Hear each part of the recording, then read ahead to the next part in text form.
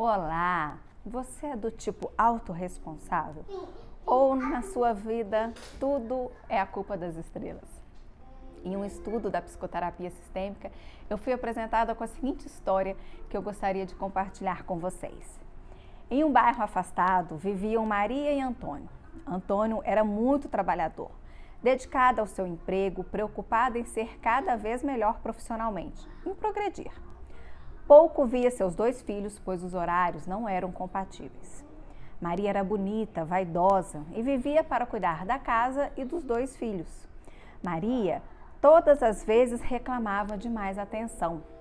E Antônio reagia, explicando a sua situação profissional. Eles não brigavam, ela reclamava e ele explicava. Ela calava e ele cuidava do seu trabalho. Tudo continuava igual. Um dia, ao ir ao banco retirar um dinheiro, Maria conheceu Armando.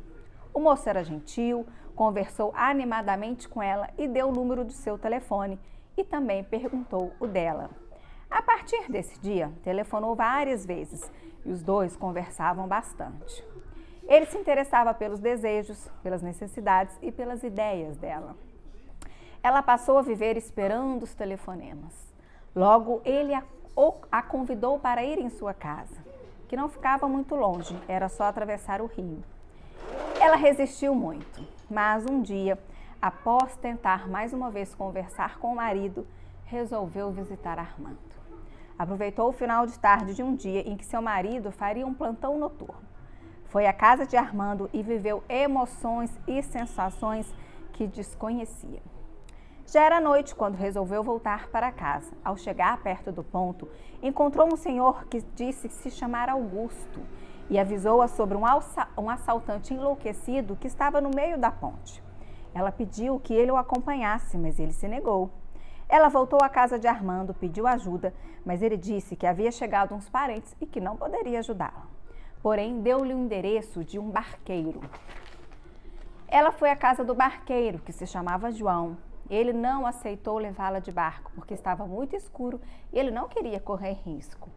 Ela então, preocupada com os filhos e com a volta do marido, resolveu atravessar a ponte sozinha. No meio da ponte, num local bem escuro, o assaltante atacou-a. Disse que se chamava Jorge e que odiava mulheres.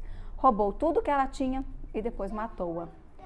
Afinal, de quem é a culpa da morte de Maria? Do Antônio? Da Maria? Do Armando, do João, do Augusto, do Jorge ou de outros?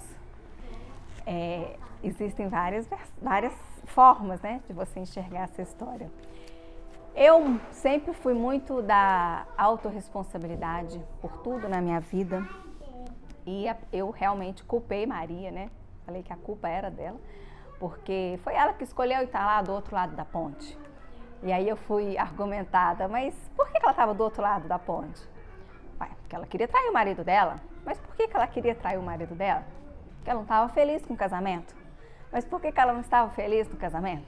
Porque ela escolheu mal o marido, eu já argumentei logo, porque eu sou bem assim, despachada mesmo. Mas será que ela não escolheu bem o marido por causa dela ou porque foram os pais dela? E aí vem um monte de argumentos por trás de toda essa história. E a questão toda é a gente parar para pensar que existem várias perspectivas. E a questão não é achar o culpado, né? A questão é sempre achar a solução. E é muito interessante essa história, porque é um estudo de caso, mas que acontece muito. A gente vê isso muito acontecer. E me fez lembrar muito A Prova de Fogo, o filme A Prova de Fogo, né? Porque o filme A Prova de Fogo, no início, o marido, né, culpa a mulher, né? Ela é a culpada do nosso casamento tá assim.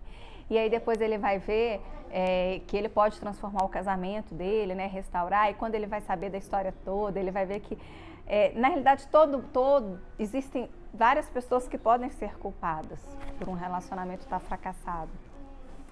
E é muito importante a gente ter esse tipo de entendimento para a gente não achar que tudo é verdade absoluta. Você deve estar perguntando assim, e afinal, né? De quem que é a culpa? E realmente não existe uma culpa, não existe uma verdade absoluta, não existe o certo ou errado nessa história.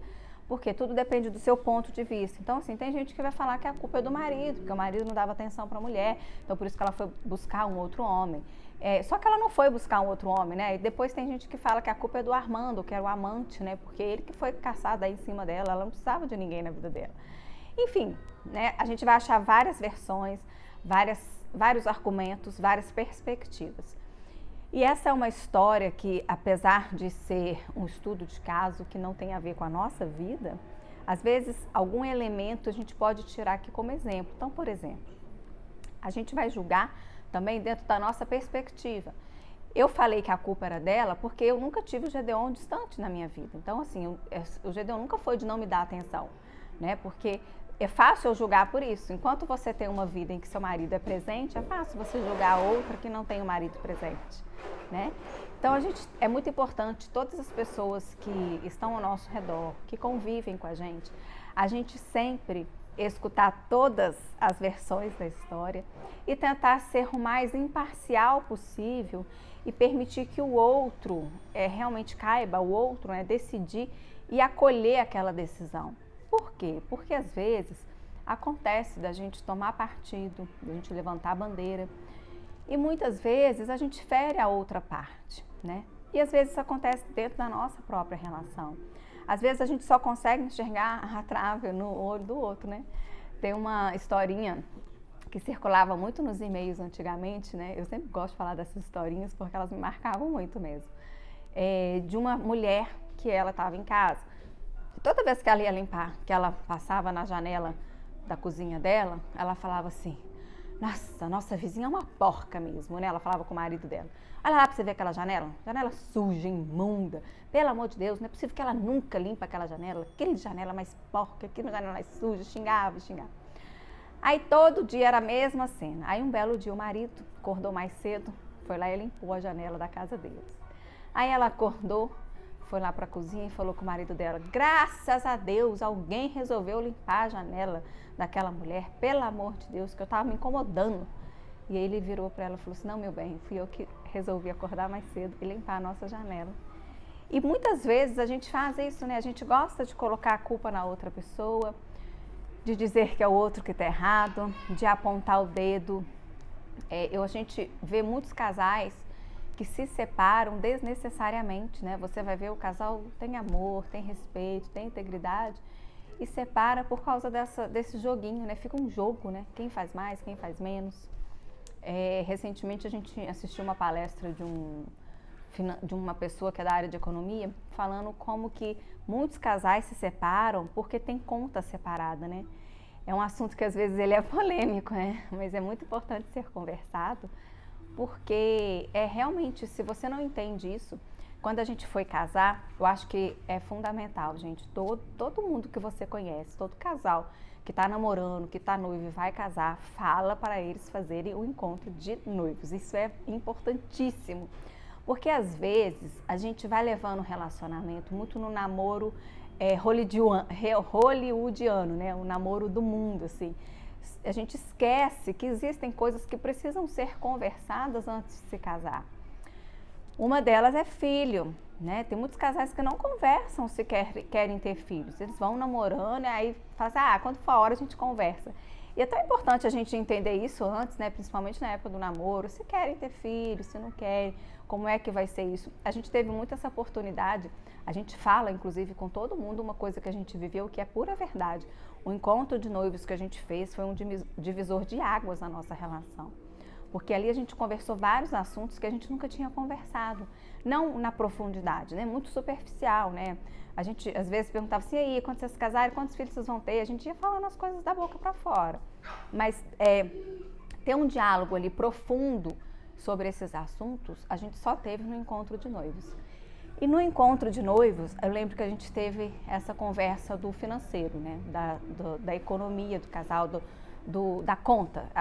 Na realidade, a conversa que foi colocada pra gente foi sobre ter conta conjunta. E na época eu trabalhava fora e eu tinha um dinheiro na poupança, porque na época eu não conhecia de investimento, eu só conhecia de poupança, isso tem 11 anos, né? E eu lembro que eu tinha 40 mil na poupança, gente, eu achava isso assim, né? 40 mil reais na poupança, porque foi um dinheiro suado, eu suei para ter aquele dinheiro, foi de trabalho. E aí eu lembro que quando eu fui para o banco para falar com a gerente, né, que eu ia mudar de conta, que eu ia transferir para a conta do Gedeon, ela virou, né, coisa de papo de gerente. Ah, não, por que vocês não vêm para a conta de cá e tal? Eu virei para ela e falei assim, não, porque a conta dele lá é conta com a empresa, não tem jeito de sair. E aí ela virou e falou assim, mas e se você se separar? Esse dinheiro que você vai ter colocado lá, né? E eu virei para ela e falei assim, não, nós nunca vamos separar. Isso daí não vai acontecer, pode ficar tranquila. Mas na hora que eu saí do banco, eu fiquei meio com medinho, né?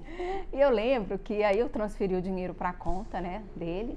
E eu lembro que eu falei assim com o Gedeon, assim, olha pra você ver, ó, 40 mil é eu, tá? Você não vai usar meus 40 mil não, né? Tipo assim, né? A cabeça é tão assim, a gente é tão individualista, né? E aí, depois de um tempo, eu vi que esses 40 mil duplicaram, né? Eu falei, não, gente, até que esse negócio de casar é bom, né? Porque eu tinha muito mais da poupança dele do que na minha. Eu nem achei ruim mais, achei ótimo esse negócio de conta conjunta. Mas eu lembro que a gente, na hora que a gente estava conversando lá no encontro de noivos, isso não foi uma coisa que me incomodou somente, incomodou a muitos casais, né? Porque, como assim, né? Inclusive, a gente casou com comunhão de bens e muita gente ainda acha isso uma loucura no mundo de hoje. E Papai Noel, que lindo! E a gente até hoje escuta muitos casais falando assim, inclusive lá no encontro, a gente escutou isso também. Ah, não, tem que ser separação de bens, gente, porque se não der certo o casamento, a gente separa. E assim, por mais que seja um pensamento que a gente pensa assim, não, gente, o mundo hoje é outro. Você casar com alguém já com esse pensamento, isso daí de alguma forma já faz você achar lá dentro de você, fica lá dentro assim mesmo, bem a gente escondidinho, a gente às vezes nem tem noção disso. Você acha que qualquer coisa que estiver ruim no casamento, você pode separar.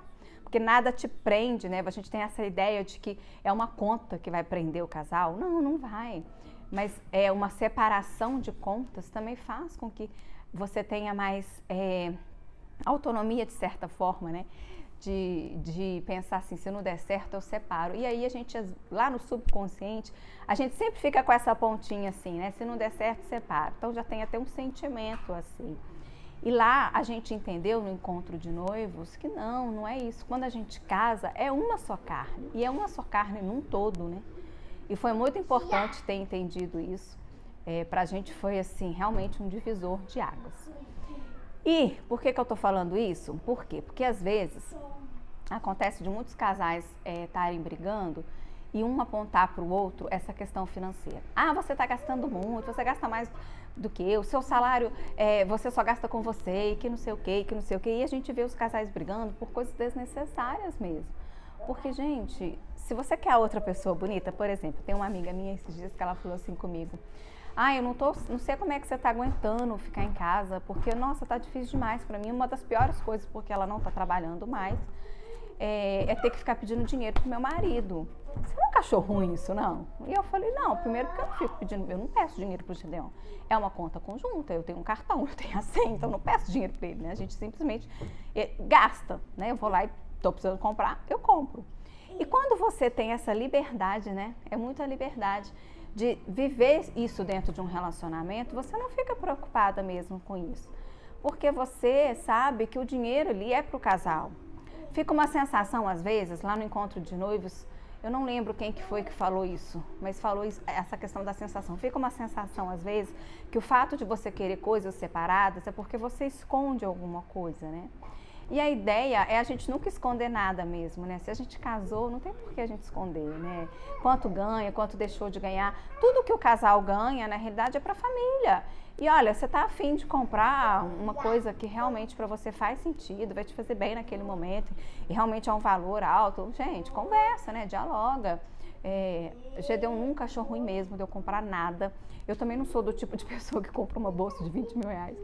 Mas se eu quiser, se eu achar que isso faz sentido pra mim, e ele achar que realmente vai me fazer bem em algum momento, ele super apoia também. Gedeon nunca, de verdade, ele nunca falou um A com relação a gastar. A gente tem aquele sistema de segurança de que quando compra, apita, né, vai uma mensagem pro celular.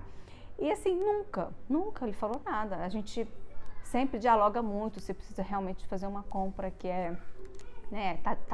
não tá dentro daquilo que a gente costuma gastar. Mas enfim, é muito importante a gente entender isso e a gente conversar, dialogar mesmo sobre essa questão financeira. Porque é aquela velha história, né, gente? Quando casa é meu bem, quando separa são meus bens, e aí é uma loucura. E muitos casais brigam muito sério por conta disso. Tem muitos casais que se odeiam, não, de verdade. Eu tenho muitas amigas que se separaram e que vivem uma situação muito difícil por conta da questão financeira. Então é muito importante que mesmo que se você não é namorado, se você já casou, converse com o seu marido, dialoga com ele sobre a questão financeira. Se possível, tenham realmente uma conta conjunta. A conta conjunta, ela dá essa liberdade para o casal, para poder fazer os planos em família, e isso nada te impede. Isso não faz de você uma pessoa submissa. Submissão não tem nada a ver com isso, né? Submissão é tão diferente. As pessoas acham que eu não vou me submeter a ter uma conta com meu marido, eu não vou submeter a gente fica achando, eu não vou me submeter a ter que ficar dependendo do dinheiro dele. E é quando a gente vai entender que, em primeiro lugar, nós somos interdependentes, né? Você nunca vai a lugar nenhum sozinho. Você pode até ir, mas você não vai ficar muito tempo lá sozinha, porque a gente depende um do outro, sim, né? Mais do que nunca aí na pandemia a gente tem percebido isso, como que a gente depende uns dos outros, né? Então, não tem nada a ver você ter uma conta conjunta, você depender de alguém financeiramente por um tempo. E a questão toda é você entender que quando você se une a uma pessoa, vocês são uma só carne. E a partir do momento que vocês vivem tudo como família, não tem nada a ver essa questão de eu vou gastar isso, eu vou gastar aquilo, eu gasto... Não tem essa comparação. Aqui em casa nunca aconteceu isso, graças a Deus. E nem antes, quando as contas eram separadas, a gente saía, pagava um, pagava o outro, pagava os dois. Não tinha essa questão de, eu que tenho que pagar, eu não vou sair sem... Imagina que eu vou sair de casa e eu que vou pagar jantar. Não, a gente sempre foi muito assim, livre com essas questões. Por quê? Porque quando você entende que realmente é um só, isso faz toda a diferença. Tem uma outra coisa que muitos casais brigam muito, apontam muito o dedo para os culpados, né? A Maria, o Antônio, o Armando, que é a questão da educação dos filhos. Por isso que eu falei que é muito importante os casais conversarem sobre... O que foi, amor? Bateu? Vem cá na mamãe. Vem cá, amor. Foi sem querer, viu? Foi sem querer, tá bom? Tem uma outra questão também que muitos casais brigam muito, que é com relação à educação dos filhos, né? E aí um quer bater, o outro não quer, um acha que o filho tem que comer chocolate, o outro acha que não tem, um tem que usar tablet, o outro não tem, e fica aquela confusão, aquela briga, aquela discussão desnecessária, né? Por isso que é muito importante realmente a gente sentar e dialogar. A gente não pode mais ter preguiça de ter esse diálogo. Você já reparou que às vezes a gente tem preguiça de sentar e dialogar? A gente tem preguiça de resolver uma situação e que ela faz toda a diferença na vida da família mesmo, né? Isso é um livro de estudo, viu, amor?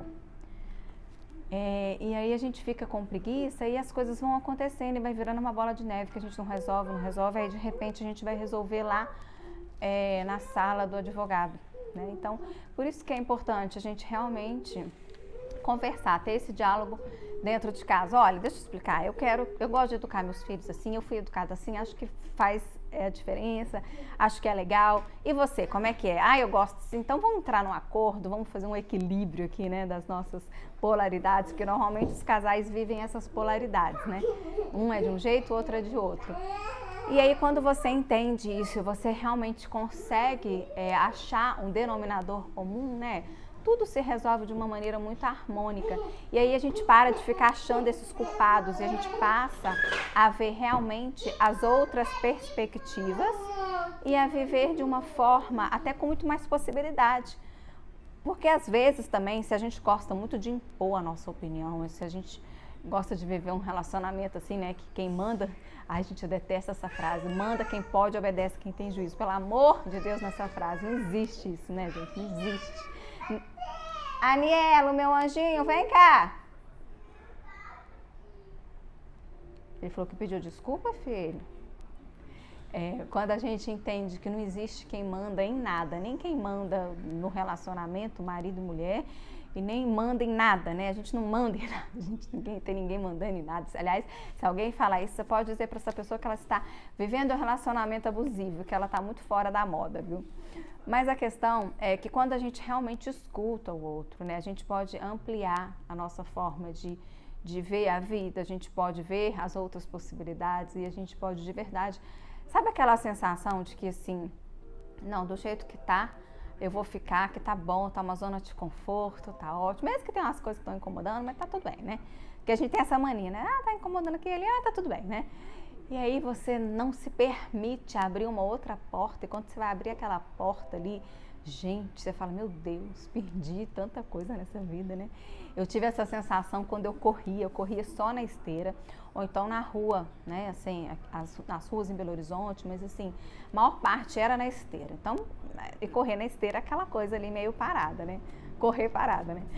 E aí eu lembro quando a gente foi pro Rio de Janeiro, e eu fui correr a primeira vez na orla do Rio, e na hora que eu pus o pé assim, de frente pro mar, eu falei, gente, que visão é essa? Eu não acredito que eu fico correndo meu tempo todo na esteira, se eu posso correr, olha para você viver nessa paisagem. E eu fiquei numa sensação de êxtase assim mesmo, de ver um mar, de sentir aquela brisa, o vento. E eu lembro até que eu escrevi no Facebook assim, a vida é curta demais para a gente poder correr só na esteira, porque realmente foi uma sensação tão boa. E aí eu comecei a pensar assim tudo na minha vida, né? E às vezes a gente está passando por um problema, a gente está vivendo um vale, a gente está vivendo uma situação muito difícil na vida da gente e a gente não consegue enxergar as outras perspectivas, né? Às vezes eu falo porque nesse estudo de caso eu fiquei só na Maria, a culpa é da Maria, eu só fiquei culpando a Maria. Eu esqueci de ver as outras perspectivas, né? Porque se você for olhar, a culpa é do homem. Por que o barqueiro não foi lá, colocou ela no barco, saiu, foi com ela, né? Por que o homem que era amante agora, nessa hora, não estava preocupado com ela, não ajudou ela, levava os parentes tudo, mandava dormir lá, sei lá, né? A gente sempre tem outras formas de ver a situação. E às vezes por a gente ficar ali tão obcecado com aquela verdade absoluta, né, que às vezes a gente acha que a nossa opinião é uma verdade absoluta, às vezes por a gente ficar tão obcecada a essa situação, a uma única certeza, a gente esquece de verdade, de ver outras possibilidades e com isso ampliar a nossa vida e com isso também viver a vida que de verdade nos favorece, né? Então às vezes se você está aí vivendo essa zona de conforto, né, achando que tá tudo bem, né? Você sabe que não tá tudo bem, mas tá tudo bem, sabe? Aquela ideia de que não, tá tudo bem, mas a gente sabe que não tá tudo bem. A gente sabe, a gente tem um sentimento que nos revela isso, a gente tem um insight, a gente tá xingando as pessoas, a gente tá descontrolada. Se tá vivendo uma vida que não é normal, não tá tudo bem. Então, vamos realmente refletir, pensar, gente, o que é que eu posso ver além disso? Naquele livro Picos e Vales que eu li, tem uma coisa fantástica que ele fala dessa analogia dos picos e dos vales, que às vezes a gente está no vale e a gente acha que a única coisa que existe é o vale, né? E aí quando a gente sai do vale e vai para o pico, a gente, lá de cima, a gente vê aquela vista, a gente fala, poxa, eu estava perdendo essa vista esse tempo todo, achando que só existia o vale. E aí a gente passa a entender que não existe só uma visão, não existe só uma perspectiva. Mas quando a gente está lá no pico, a gente tem que abastecer em todos os sentidos, corpo, mente, espírito, porque uma hora a gente vai voltar para o vale de novo. E quando a gente voltar para o vale, a gente tem que ter um entendimento de naquele vale ali, descobrir o que está oculto para a gente poder sair dele e voltar para um outro pico melhor. É meio filosófico, né? Mas é a pura realidade. Se você for parar para pensar na sua vida, os momentos que você viveu de êxtase, às vezes a gente gastou tanta energia ali, tudo nosso, que quando a gente foi para o vale ele foi muito mais fundo do que a gente pensava. Por quê? Porque a gente não soube reservar um pouco ali daquela situação do pico. E aí a gente viveu esse vale de uma forma muito pior e não soube olhar o que está oculto ali e ficamos ali no vale. Como diz a Milene, minha professora...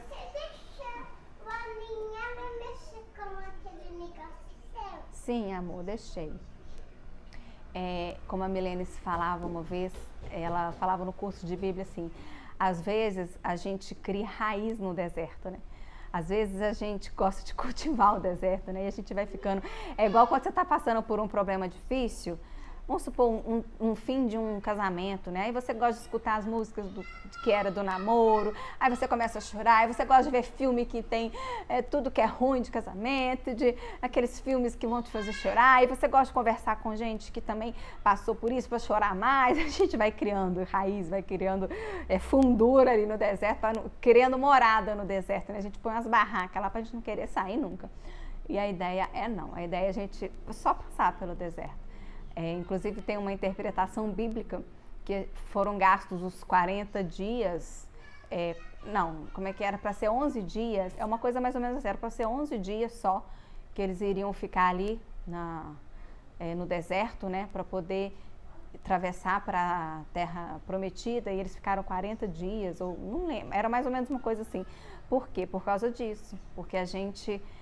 não entende, né? A gente não pega a sabedoria daquilo que a gente está vivendo e a gente vai criando ali raiz, criando barraca, criando morada lá no nosso vale, nas nossas coisas difíceis, nos momentos difíceis que a gente está vivendo, ao invés de pegar o que está oculto ali naquela situação e sair dela mais forte, sair dela evoluído. Então, eu queria deixar essa mensagem sobre a gente saber quando ser autorresponsável, mas saber também que existem outras perspectivas. Então, às vezes, a gente não é aquela pessoa que tem o papel de vitimismo, assim. Eu nunca fui passiva na minha vida, é muito raro ter vivido alguma coisa nesse sentido. Normalmente, eu sou muito autorresponsável mesmo. Mas, às vezes, a gente não pode se sentir tão autorresponsável porque tem coisas que não é culpa, não vem da gente, não é culpa da gente, né? Então, eu até vivi uma situação muito forte na minha vida, porque meus pais, eles tinham um relacionamento muito difícil. E minha mãe e meu pai, eles viviam brigando mesmo, assim. E aí um dia eu encorajei meu pai. Eu falei com meu pai assim, pra vocês ficarem brigando desse jeito, é muito melhor vocês se separarem. Mas eu tinha 18 anos na época e eu não achei que eu estava encorajando, eu achei só que eu estava falando uma coisa normal, assim, tipo, né? E aí eles separaram. E minha mãe sofreu muito com isso, porque minha mãe não esperava isso, né, dele. E com pouco tempo depois ele já arrumou uma pessoa e minha mãe viveu muito tempo muito mal. E eu me senti muito culpada durante muito tempo na minha vida. Eu me senti extremamente autorresponsável por conta disso. E não tinha nada a ver comigo, né? Não é porque eu encorajei que eles se separaram. Já havia ali uma separação muito antes do ato contratual, né? Então, é importante a gente entender isso também. Nós temos que ser autorresponsáveis, sim. Somos protagonistas da nossa vida, eu acredito muito nisso. Eu sempre levei a vida desse jeito, eu acredito que é a melhor forma de a gente levar a vida. Por quê? Porque a gente não fica, deixa a vida me levar, né? A gente simplesmente viver e não ter vergonha de ser feliz. A gente realmente vive, não tem vergonha das nossas escolhas, por mais que às vezes elas não nos levam para lugares bons, por mais que às vezes a gente erre. Errar faz parte do aprendizado, né? Mas a gente sabe que a vida que está ali daquele jeito é aquela vida que a gente escolheu para ter. E para mim isso é a coisa mais importante do mundo. E até quando a gente foi fazer esse estudo de caso, eu fiquei pensando nisso. A Maria, ela morreu, mas eu acho que ela morreu sabendo que ela viveu aquilo que ela queria ter vivido, porque ela fez as escolhas dela, né? Então ela sabia que aquilo ali, de certa forma, veio, né, dela, assim. Ela teve a culpa, mas não no sentido só da culpa, no sentido de escolher e ter, junto com a escolha, o ônus e o bônus. Inclusive, a gente, antes de casar, a gente também tem que pensar sobre isso, né? Porque normalmente quando a gente vai casar, a gente tem todo aquele romance, né? De que casamento é tudo cor-de-rosa, casamento é flores, casamento é uma belezura. Casamento é isso também, mas o casamento também tem as suas decepções, o casamento também tem os seus momentos difíceis, o casamento também tem os seus desafios, o casamento também tem decepções, perdão, o casamento tem tudo, né? E o que vale é a gente entender que quando a gente vai casar com aquela pessoa, a gente tem que aceitar o ônus e o bônus daquela relação.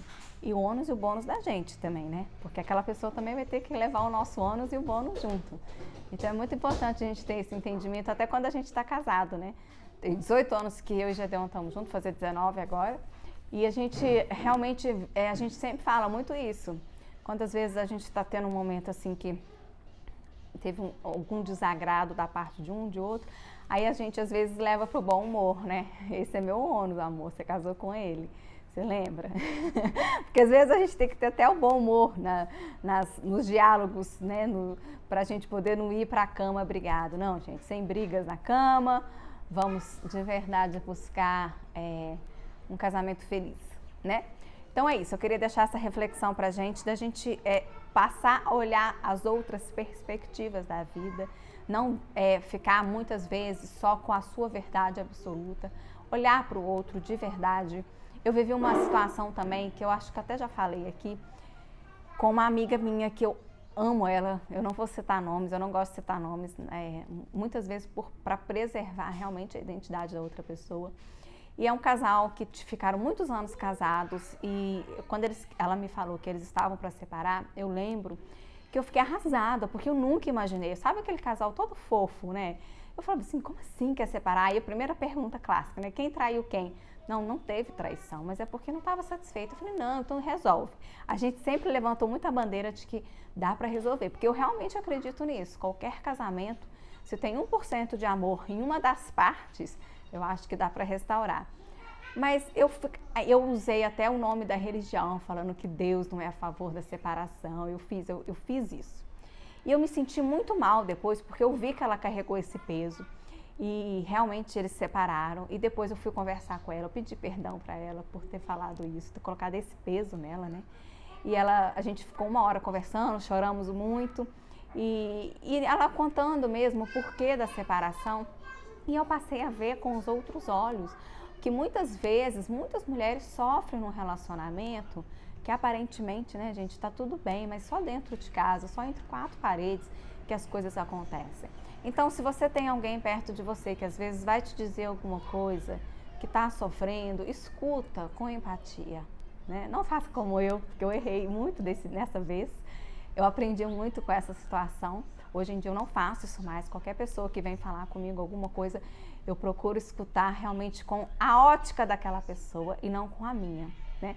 Porque é igual a Maria, né? A primeira pessoa que eu ocupei foi ela, mas eu nunca tive dentro de casa um marido distante, um marido que não me desse atenção, um marido que não olhasse para os filhos. Então é muito fácil para mim dizer que a culpa é da Maria.